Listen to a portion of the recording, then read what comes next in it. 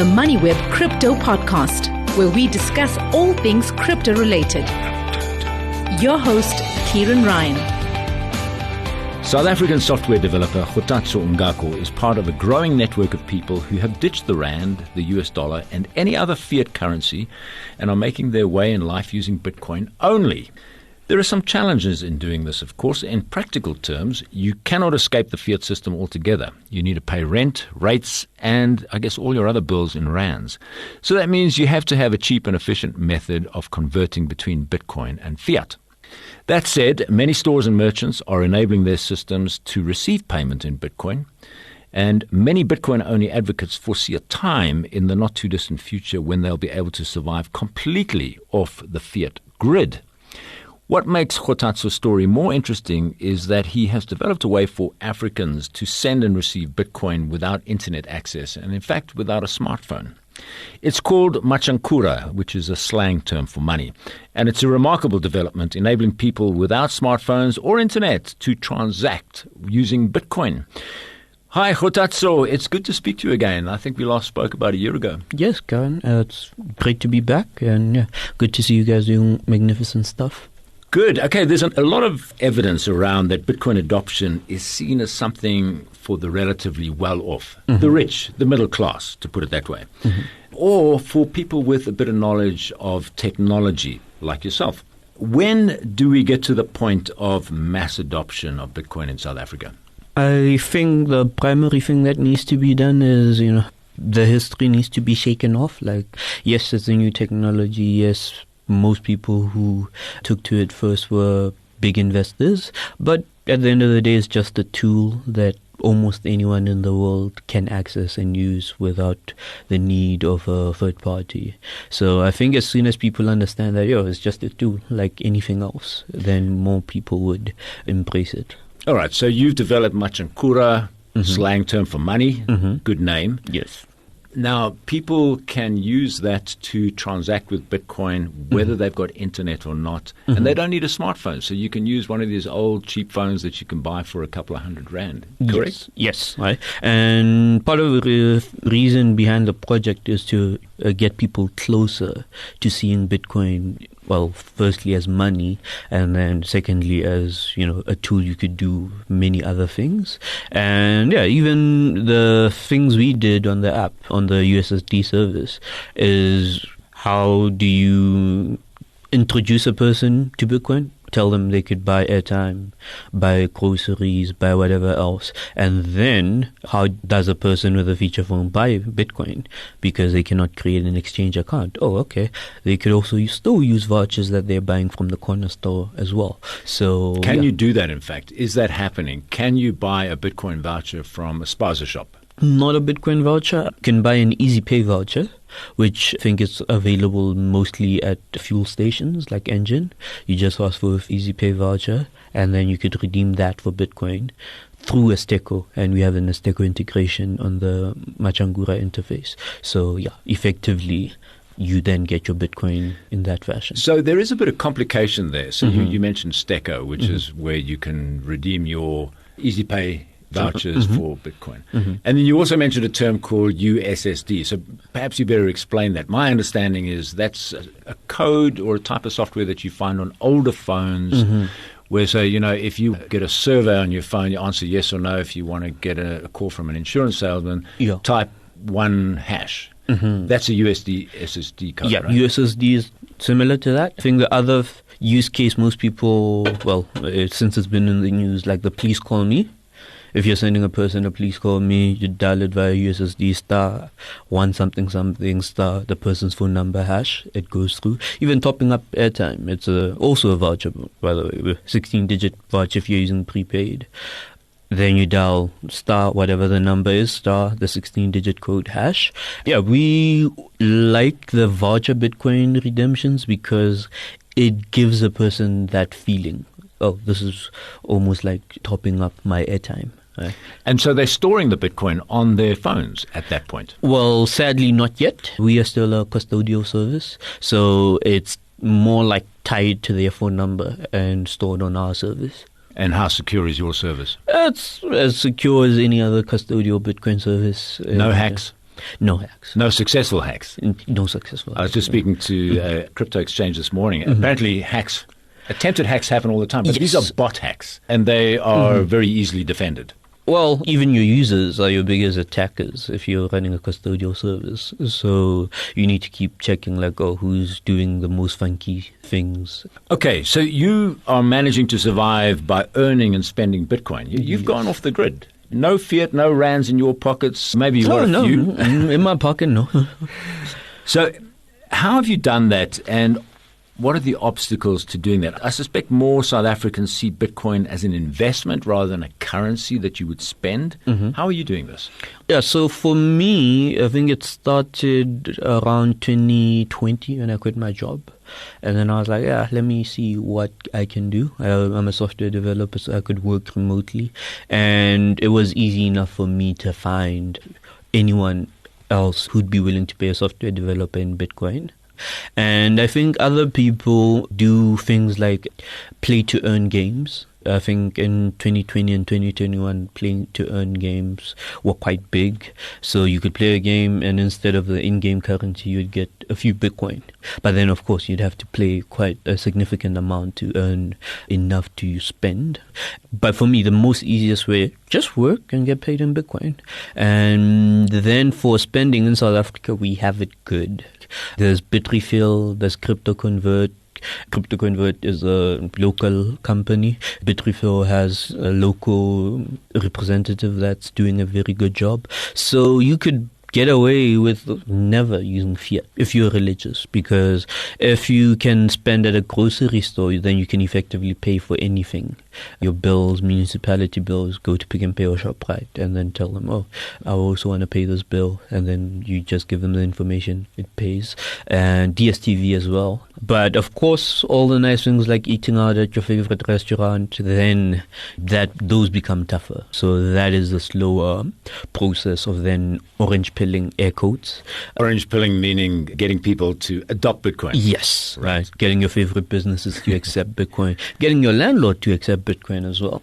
Right. So how do you do that in practical terms? I mean, do you pay your rent, for example, in Bitcoin? Yeah. I think the easiest way is to find somebody already tuned in to the Bitcoin space.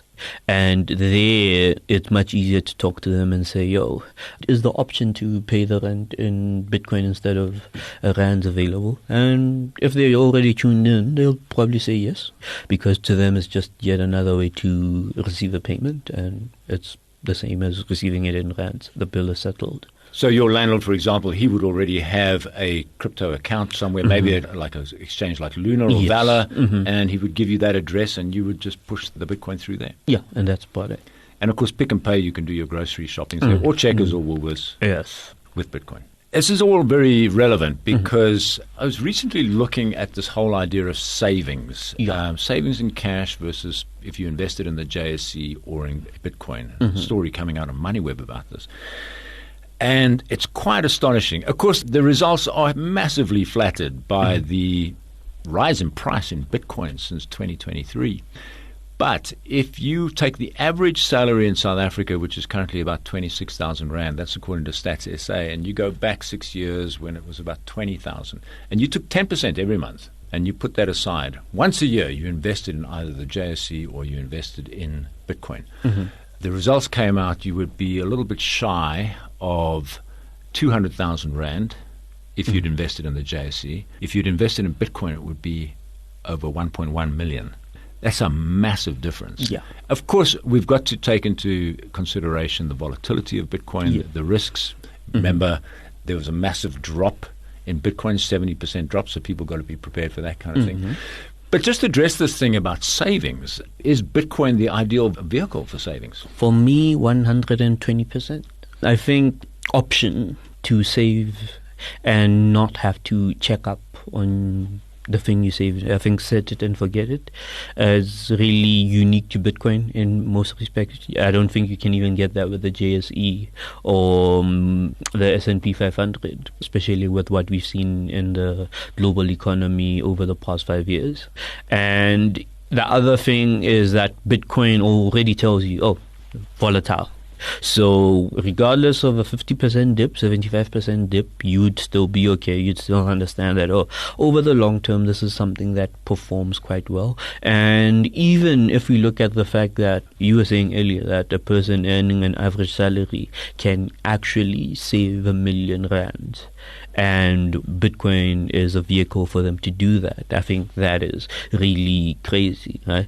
Back when I was still working, I had disposable income for the first time. I asked myself, okay, now I have disposable income. Where and what do I put this money on? So I did a lot of reading on the topic, and one major takeaway for myself, and the takeaway I think was inspired by Warren Buffett, value investing or whatever. They said you should look for a long-term investment, or more specifically a 30-year investment. So the criteria when you're looking at that is what would still function in 30 years. And I think Bitcoin is very interesting because from a technical perspective, would blocks still be produced in 30 years' time? Most likely. Would Bitcoin transactions still go through in 30 years' time since the blocks are still being produced? Most likely. And this is because it has a difficulty adjustment. Right? So if there's a lot of miners, it gets more difficult to mine Bitcoin. If there's not a lot of miners, it gets easy to mine Bitcoin. So however many miners there will be in 30 years' time, the Bitcoin blocks will keep coming in. So then we have to then ask, what would the price be if Bitcoin is still operational in 30 years' time? And of course, going back to being a young professional, 30 years is a nice number because that's when you start thinking about retirement, or that's when you should be start to thinking about retirement. And then you're like, okay, cool. Whether you have pension funds, whether you have whatever, a severance package, whatever else you have, then you still have Bitcoin. It's only a question of how much should you put in Bitcoin. 10%, great number. I think 10% is a great number because even if we look at the past 6 years, it's not yet 10-time increase. The price in 2018 was 103,000 Rand. That was in May of 2018. And it's now today 1.38 million. So it's 13 times. Yeah. Okay. So that is another thing. A person could literally just have a year's salary saved up by saving for 1 year 10% of their income off of a 13% increase. Then the question is, what type of things would that person be able to do now that they are not tied by financial obligations and stuff? Which is, why I was able to quit my job. I was like, okay, cool. I have saved enough to actually try out building something for myself. Tell us about MaKura quickly before we move on. This is the system where you've developed where people can acquire Bitcoin without internet, and you've really been marketing this around Africa. How's it going? Going quite well. We've gotten a lot of great feedback that we are incorporating. Right? So the mission is for MaKura to be like your 30-second introduction to Bitcoin. Or it's like you meet someone for the first time and you'd like them to use Bitcoin. Oh, use MaKura. And then from there they should get everything that they need. And the aim, of course, is to be as accessible to as many people as possible. So some of the feedback we've gotten is, of course, how do you then buy Bitcoin?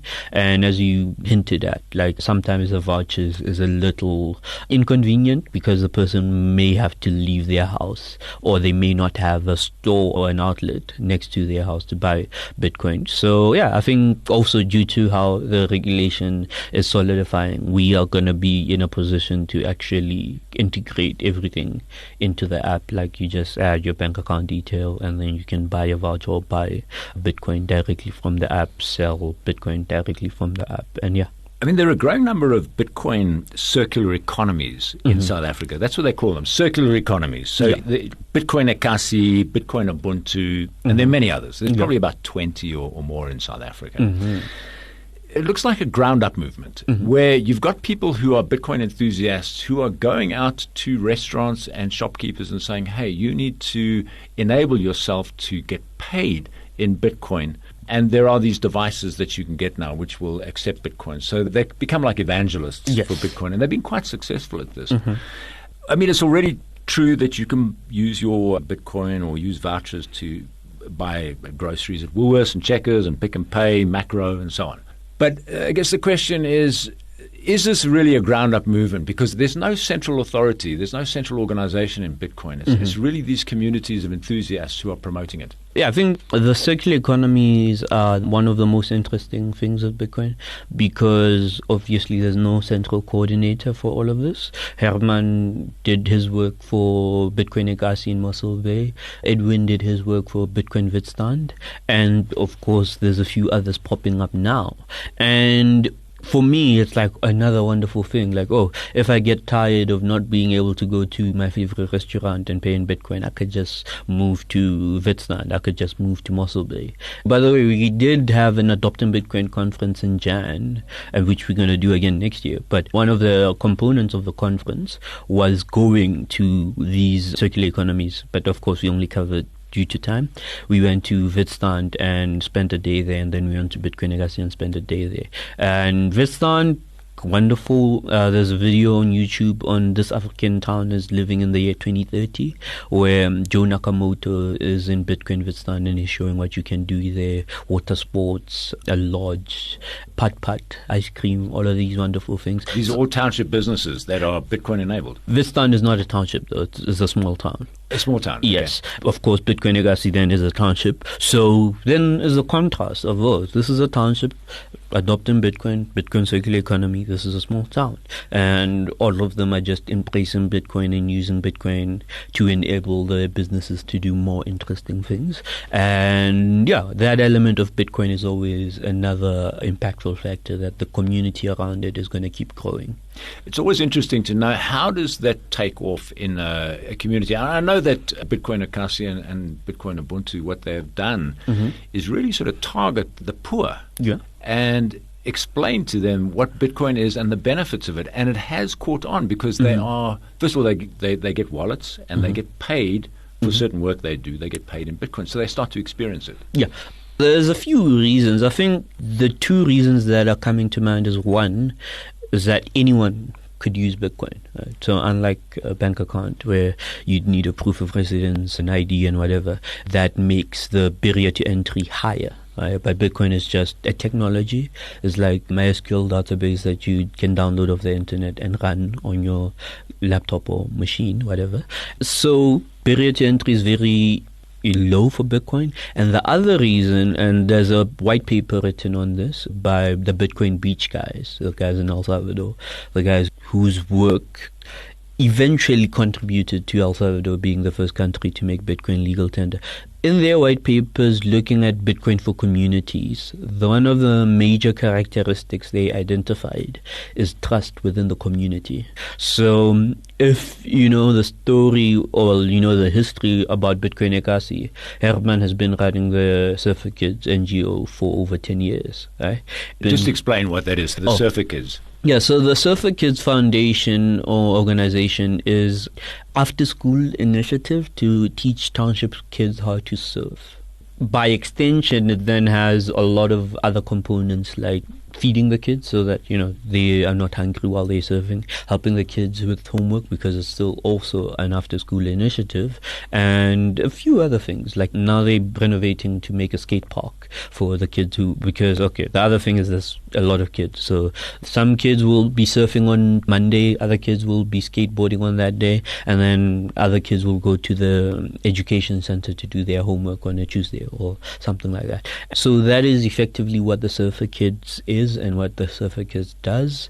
So as I was saying, 10 years they've been operating, and in 2020 they adopted Bitcoin as one of their core components, replicating what Bitcoin Beach did in El Salvador, because it's almost the same thing. Bitcoin Beach in El Salvador has something called Hope House, and Hope House, similar mission as the Surfer Kids, because what they wanted is to give hope to the kids of the community. At the time, El Salvador was amongst the most dangerous places you could be, so they could do all these after-school initiatives, teach kids how to surf as well. And the parallels are also funny because you're like, oh, this is almost like two different projects by the same people, but, you know, in two different places at two different times. So Bitcoin was matching fabric, and then Herman also knew about Bitcoin from years ago, and he was like, if that guy is doing this, I could do this too. And yeah. And that's how it started. Yeah. There does seem to be a political component to these Bitcoin communities, a very kind of libertarian in outlook. Not necessarily political, but kind of, opting out is in a sense a political statement. And I just see this on Twitter, some of the political comments people are saying is what you're trying to regain is your sovereign rights over yourself and your finances. So there seems to be an anti-establishment point of view. Is that correct?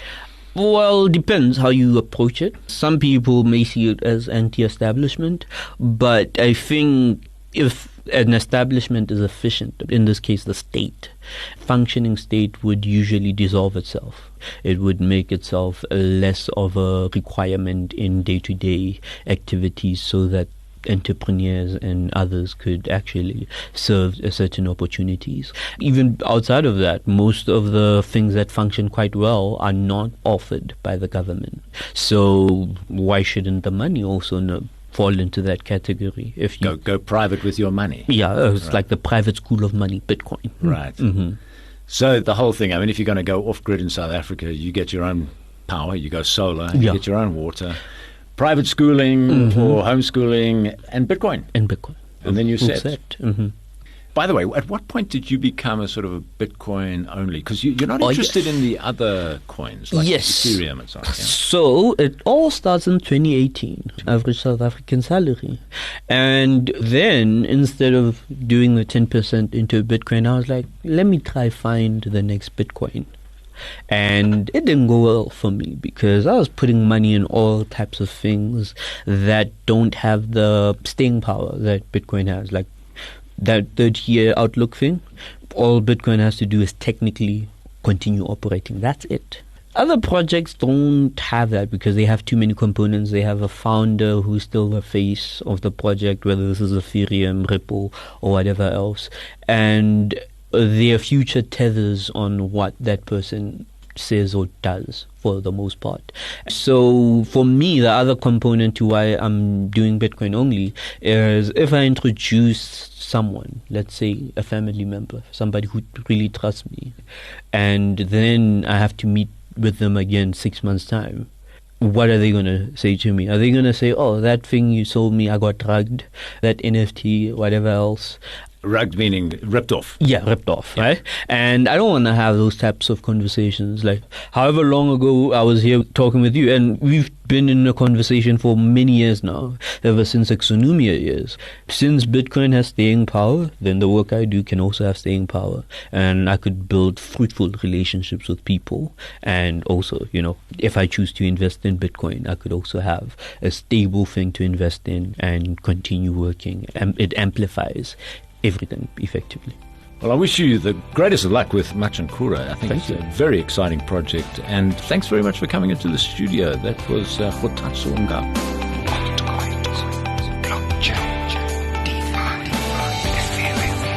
Thanks for listening to the Moneyweb Crypto Podcast, hosted by Kieran Ryan.